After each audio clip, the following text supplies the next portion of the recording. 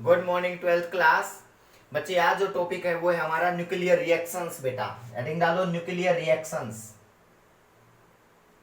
Nuclear reaction बेटा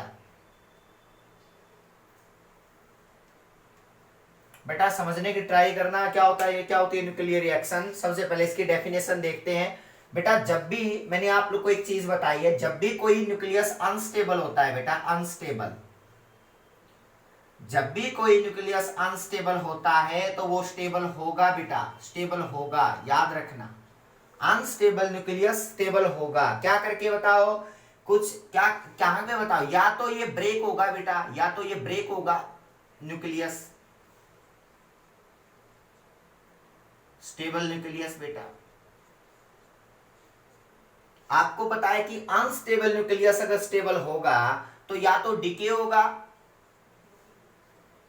या बेटा ब्रेक होगा न्यूक्लियस, कोई ऑप्शन नहीं है बेटा। यानी कि इन दो के बिना बेटा अनस्टेबल न्यूक्लियस स्टेबल नहीं बन सकता। और आपको पता है जिसका एटॉमिक नंबर, मास नंबर 20 से 60 के बीच में होते हैं ना बेटा, ये न्यूक्लियाई सबसे ज्यादा स्टेबल माने जाते हैं बेटा, याद रखना 20 to 60। और जब ए लेस देन 20 वाले न्यूक्लियाई है ना बेटा, वो लेस स्टेबल बेटा, मोर स्टेबल। मैंने बाइंडिंग एनर्जी करो सिखा रखी है बेटा, वहां से देख सकते हो आप। मोर स्टेबल न्यूक्लियाई होते हैं बेटा, ये मोर स्टेबल, याद रखना। और ए लेस देन 20 ये क्या होते हैं बताओ, ये सॉरी हाँ मोर स्टेबल, ये अनस्टेबल बेटा, लेस स्टेबल जिसको हम कहते हैं, लेस स्टेबल। और एक ए ग्रेटर देन बेटा 200 वाले, ये क्या है बताओ, ये भी बिल्कुल लेस स्टेबल होते हैं बेटा, ये बात याद रखना। ये बहुत सारी चीजें हैं जो आपके माइंड में होनी चाहिए। अब बात करते हैं बेटा ए लेस देन 20 वाले क्या करेंगे, ए ग्रेटर देन 200 वाले कैसे स्टेबल बनेंगे बेटा, याद रखना। जिसके पास दो ऑप्शन है, या तो ये ब्रेक हो या डिके हो बेटा। तो याद रखना डिके का प्रोसेस अब की बार आपकी 12th क्लास में इस ईयर नहीं है, मैं उसका लेक्चर जरूर लूंगा बेटा डिके का, लेकिन ब्रेकिंग वाला डिस्कस करते हैं, वो न्यूक्लियर रिएक्शंस होंगे बेटा। तो होगा क्या, हो गया क्या बेटा, जब भी कोई न्यूक्लियस ब्रेक होगा तो किसी दूसरी न्यूक्लियस में क्या होगा बताओ, दूसरे न्यूक्लियस में कन्वर्ट होगा, यानी कि उसी को हम बोलते हैं न्यूक्लियर रिएक्शंस बेटा, या तो उसी को बोलते हैं न्यूक्लियर रिएक्शंस बेटा। तो क्या लिखोगे, it is a process, it is a process in which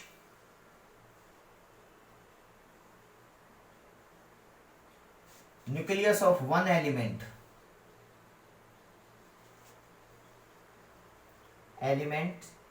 change into, किस में चेंज हो जाए बताओ, change into nucleus of one element बेटा, change into nucleus of other element बेटा। उस प्रोसेस को हम बोलते हैं न्यूक्लियर रिएक्शंस बेटा। क्यों होगा, क्योंकि अनस्टेबल को स्टेबल तो बनना पड़ेगा बेटा। इसके पास दो प्रोसेस हैं। न्यूक्लियर रिएक्शन वो प्रोसेस है जिसमें अनस्टेबल स्टेबल बनेगा बेटा, याद रखना। अब टाइप है इसके न्यूक्लियर रिएक्शंस के बेटा,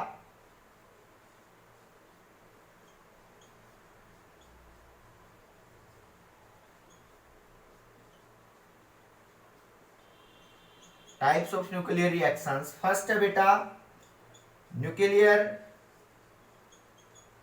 फ्यूजन रिएक्शन,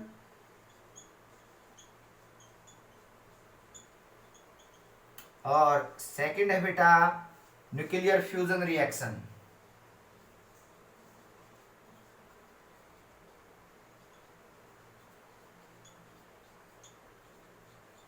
याद रखना बेटा, न्यूक्लियर फ्यूजन रिएक्शन और न्यूक्लियर फ्यूजन रिएक्शन बेटा, ये दो रिएक्शन है। अब न्यूक्लियर फ्यूजन रिएक्शन क्या होती है देखना बेटा। अब अनस्टेबल देखो बेटा, लेस देन 20 ग्रेटर देन 200 बेटा, होगा क्या, अगर जो लेस देन 120 है ना बेटा, मान लिया दो न्यूक्लियाई अनस्टेबल है जो लेस देन 20 है बेटा, उनको हमने कंबाइन करके, ये लेस स्टेबल है दोनों के दोनों बेटा, लेस स्टेबल।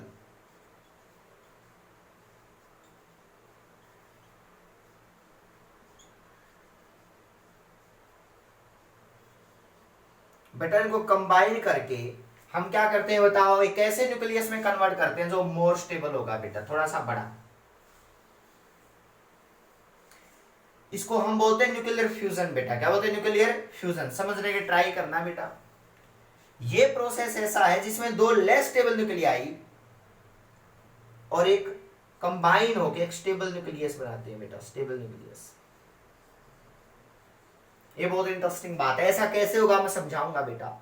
न्यूक्लियर फ्यूजन में क्या होता है बेटा, अगर ग्रेटर देन 200 का कोई बेटा न्यूक्लियाई, अगर मैं कहता हूं एक हैवी न्यूक्लियाई बेटा जो अनस्टेबल है जो, वो बेटा ब्रेक होगा, स्टेबल बनने के लिए वो ब्रेक हो जाएगा बेटा दो लाइटर न्यूक्लियाई के अंदर बेटा, दो लाइटर न्यूक्लियाई के अंदर स्टेबल होने के लिए बेटा। इसका मतलब यहां पे ये दोनों के दोनों क्या है बताओ, स्टेबल न्यूक्लियस है बेटा।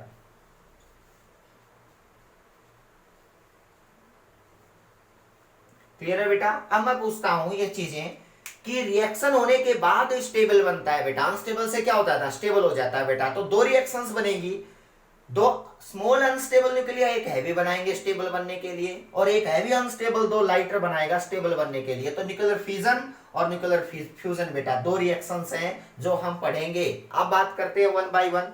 अब ये है कि बेटा न्यूक्लियर रिएक्शंस क्या करती हैं। न्यूक्लियर रिएक्शंस ऑप्शंस है, बाइंडिंग एनर्जी को डिक्रीज करती हैं, बाइंडिंग एनर्जी को इंक्रीज करती हैं। बाइंडिंग एनर्जी का मैंने आप लोगों को बता रखा है, व्हाट इज बाइंडिंग एनर्जी। तो न्यूक्लियर रिएक्शंस क्या करती हैं बताओ। न्यूक्लियर रिएक्शंस स्टेबल को अनस्टेबल बनाती है ना, या अनस्टेबल को स्टेबल, अनस्टेबल को स्टेबल बनाती हैं। तो क्या होगा बताओ, न्यूक्लियर रिएक्शंस बेटा increases the stability of nucleus बेटा। याद रखना ये बात, कोई भी आपसे डिस्कस करना, स्टेबिलिटी ऑफ न्यूक्लियस बेटा। Nuclear reactions increases the stability of A nucleus, चाहे वो न्यूक्लियर फ्यूजन है चाहे न्यूक्लियर फिजन है बेटा।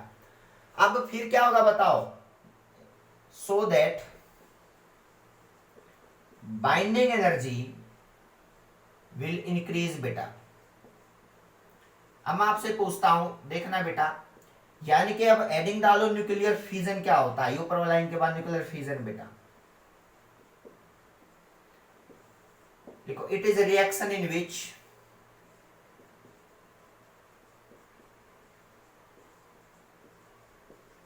in which one heavy nucleus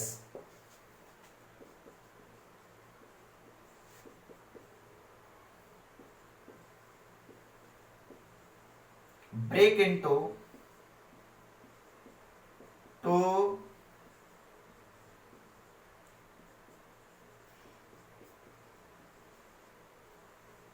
याद रखना, it is reaction in which one heavy nucleus break into two lighter nuclei बेटा। अगर एक हैवी न्यूक्लियस जो है ना बेटा दो लाइटर में टूट जाए तो क्या है बताओ, न्यूक्लियर फिजन बोला जाता है बेटा। समझ में आई बात। तो क्या लिखोगे बताओ, इन न्यूक्लियर फिजन रिएक्शन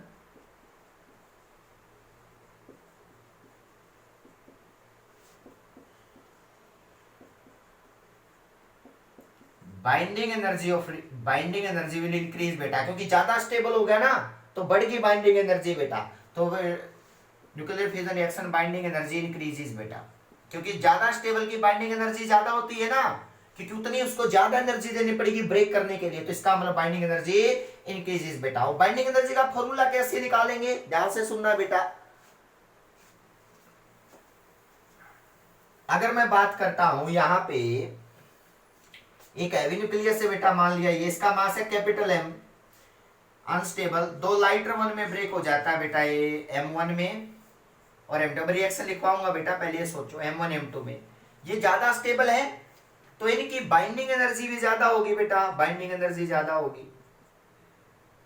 और ये अनस्टेबल है, इसकी बाइंडिंग एनर्जी कम होगी। तो हम ये लिख सकते हैं binding energy of second is less than binding energy of first बेटा। क्लियर है, ग्रेटर देन या क्या होगी बताओ, इक्वल। तो ये होगा बेटा, ये ग्रेटर देन का ये साइन आएगा क्योंकि सेकंड की ज्यादा है। अब बेटा याद रखना बाइंडिंग एनर्जी का डिफरेंस कैसे होगा बताओ, बाइंडिंग एनर्जी फर्स्ट और सेकंड, यानी कि जो बाइंडिंग एनर्जी का डिफरेंस है ना बेटा, बाइंडिंग एनर्जी का डिफरेंस जो होता है बेटा वो एक एनर्जी के टर्म में साथ में ऐड होता है बेटा, इसको बोलते हैं एनर्जी गेन या एनर्जी रिजेक्ट बेटा, याद रखना। अब वो बाइंडिंग एनर्जी का डिफरेंस को हम बोलते हैं एनर्जी रिलीज भी बोल सकते हैं बेटा। बाइंडिंग एनर्जी का डिफरेंस जो आएगा उसको हम बोलते हैं Q1, ये 1 बेटा इज इक्वल टू क्यू बेटा, ये बात बहुत इंपॉर्टेंट है, इसको बोलते हैं एनर्जी रिलीज या एनर्जी गेन बेटा। तो एनर्जी रिलीज बेटा मान लिया, और एनर्जी गेन बेटा, समझना बेटा। होगा क्या, आप ये Q की वैल्यू, ये Q की वैल्यू, ये एनर्जी रिलीज, एक एनर्जी अगर निकलती है तो बाइंडिंग एनर्जी का माइनस कर दो बेटा। बाइंडिंग एनर्जी अब निकालेंगे कैसे सर, बाइंडिंग एनर्जी Q, ये इसकी बाइंडिंग एनर्जी, इसकी बाइंडिंग एनर्जी कैसे निकालेंगे? तो बहुत इंटरेस्टिंग चीज है बेटा, सुनना। बाइंडिंग एनर्जी का मैं फॉर्मूला आप लोगों को पहले भी बता चुका हूं, बाइंडिंग एनर्जी निकालने का। डेल्टा एम, देखो बेटा बाइंडिंग एनर्जी का फॉर्मूला ये होता है ना, binding energy is equal to mass defect into 931 mega electron volt बेटा। यानी कि मास में जो डिफेक्ट आएगा उसको 931 MeV से मल्टीप्लाई कर दो बेटा, बाइंडिंग एनर्जी आ जाती है किसी भी न्यूक्लियस की। लेकिन यहाँ तो रिएक्शन है ना, तो क्या करोगे बताओ, बाइंडिंग एनर्जी बेटा इस न्यूक्लियस में से, कंबाइंड न्यूक्लियस में से अलग का मास जो है ना बेटा माइनस करो AMU में, ये होगा डेल्टा एम बेटा, ये टर्म होगी डेल्टा एम, और इसको 931 MeV से मल्टीप्लाई कर दो बेटा, ये आ गई बाइंडिंग एनर्जी इस न्यूक्लियस की M minus M1 minus M2 बेटा। ये M है कंबाइंड मास, क्या है बताओ, ये कंबाइंड मास M1 M2 है, अलग अलग कितना मास है बेटा, तो M minus M1 minus M2 931 से मल्टीप्लाई कर दो, that is a binding energy बेटा किसकी बताओ। और ये एनर्जी रिलीज बेटा, एनर्जी रिलीज यानी कि जो एनर्जी रिलीज होती है उसको भी हमें ये वैल्यू से भी शो कर सकते हैं, तो इट इज ऑल्सो क्यू। तो क्यू भी निकालनी है, तो ये फॉर्मूला है बेटा, कितनी एनर्जी बाहर निकलेगी, जो भी न्यूक्लियर वेपन्स होते हैं बेटा उसमें एनर्जी जो रिलीज होती है वो यही है बाइंडिंग एनर्जी का डिफरेंस बेटा, बाइंडिंग एनर्जी का डिफरेंस BE2 माइनस BE1 बेटा। ये क्यू की वैल्यू आप लोगों की टिप्स पे होनी चाहिए बेटा। अब अलग अलग सीरीज हैं, अगर न्यूक्लियर फ्यूजन की बात करता हूं तो एक जो जनरल एग्जांपल बेटा मैं लेता हूं, वो क्या है देखो, अगर न्यूक्लियर फ्यूजन जैसे मैं कहूं कि बताओ कितनी एनर्जी, एक एटम ले लूं बेटा यूरेनियम 236 92 का, ये ब्रेक हो जाता है बेरियम में और क्रिप्टॉन में बेटा, और some amount of energy will release बेटा, ये आपको पता भी है, जनरली सबको पता है बेटा ये बात, ये बेटा क्लियर है। अगर मैं आपसे कहूं ये 3 न्यूट्रॉन्स भी बेटा, 3 न्यूट्रॉन्स भी निकलते हैं, ये एक रिएक्शन लिखे बेटा, जब बहुत सारी रिएक्शंस होती हैं लेकिन एक रिएक्शन है कि यूरेनियम जो है ना बेरियम और क्रिप्टॉन में ब्रेक हो जाता है, ये स्टेबल होते हैं, ये अनस्टेबल होता है बेटा, 200 से ज्यादा है। अब आपसे पूछा जाए बताओ मास डिफेक्ट यानी कि कितनी एनर्जी रिलीज की इसने इस रिएक्शन ने, तो बेटा रिएक्शन का तो सिंपल बात है, कंबाइंड का मास कितना है यूरेनियम, ये आपको गिवन होना चाहिए बेटा, गिवन होना चाहिए, आराम से बता सकते हो, बिल्कुल आराम से बता सकते हो, और आपको गिवन भी होगा। बेरियम का मास माइनस मास ऑफ बेटा क्या है बताओ, मास ऑफ क्रिप्टॉन, और माइनस मास ऑफ किसका बताओ 3 न्यूट्रॉन का, ये सब आपको गिवन होंगे। इस प्रोडक्ट को, इसको बोलते हैं प्रोडक्ट भी, इसको बोलते हैं रिएक्टेंट बेटा, आगे वाली को इसको बोलते हैं प्रोडक्ट बेटा, इसको बोलते हैं प्रोडक्ट। तो इसका मतलब आपको अगर ये सारे मासेस दे रखे इनके बेटा, तो इसका मतलब प्रोडक्ट में से रिएक्टेंट को माइनस कर दिया, ये आ गया बेटा डेल्टा एम, और 931 MeV से मल्टीप्लाई कर दिया बेटा। याद रखना अगर यूरेनियम सीरीज का कोई एग्जांपल है तो ये एग्जांपल है न्यूक्लियर फिजन का बेटा, तो आपको मासेस सारे गिवन होंगे, आप यहाँ पुट करोगे, आपकी जो एनर्जी रिलीज आ जाएगी ना बेटा वो आ जाएगी। लेकिन एक एटम का न्यूक्लियस है बेटा, ओनली 1 एटम न्यूक्लियस है बेटा, ओनली 1 एटम न्यूक्लियाई, जो एनर्जी निकलेगी वो एक एटम की निकलेगी बेटा, ये एक ही एटम का केस है यूरेनियम 236 का बेटा। जो बेरियम क्रिप्टॉन में ब्रेक होगा 3 न्यूट्रॉन होंगे, कुछ एनर्जी रिलीज होगी, कितनी होगी डेल्टा एम सी स्क्वायर से मल्टीप्लाई करके बेटा। तो ये अप्रोक्सीमेटली ना बेटा energy release 200 mega electron volt के पास MeV बेटा, ये इतनी एनर्जी रिलीज करता एक एटम बेटा, यूरेनियम 236 का एक एटम न्यूक्लियर फिजन रिएक्शन में 200, इसको सोल्व करोगे सारे मासेस वगैरह गिवन होंगे तो आपके 200 MeV आएगी बेटा। तो ला देखो बेटा, आप सोच सकते हो एक एटम इतनी एनर्जी रिलीज करता है न्यूक्लियर फिजन में, और जो एटॉमिक वेपन्स होते हैं बेटा उनको तो पता नहीं कितने किलोग्राम के यूरेनियम रखते हैं बेटा, तो सोच सकते हो आप कितने जो है बेटा MeV एनर्जी वो रिलीज करते होंगे। जैसे मैंने कहा 1 ग्राम यूरेनियम 236 है, बताओ वो कितनी एनर्जी रिलीज करेगा। तो पहले तो एक एटम इतनी करता है बेटा, आप निकाल लेना इस फॉर्मूले से 200 की, और मैं आपसे पूछूं कि बताओ 1 ग्राम, तो पहले 1 ग्राम में एटम ही निकाल लो बेटा। 236 ग्राम में कितने नंबर, कितने एटम होते हैं एवोगाड्रो नंबर के इक्वल बेटा? तो 0 10⁻23। 1 ग्राम में क्या आएगा बताओ? 6.023 23 अपॉन 236, ये नंबर ऑफ एटम आ गए बेटा। और एक एटम कितनी एनर्जी रिलीज करता? 200। तो इसका मतलब 1 ग्राम कितनी करेगा बताओ? 1 ग्राम जो एनर्जी रिलीज करेगा बेटा यूरेनियम 236।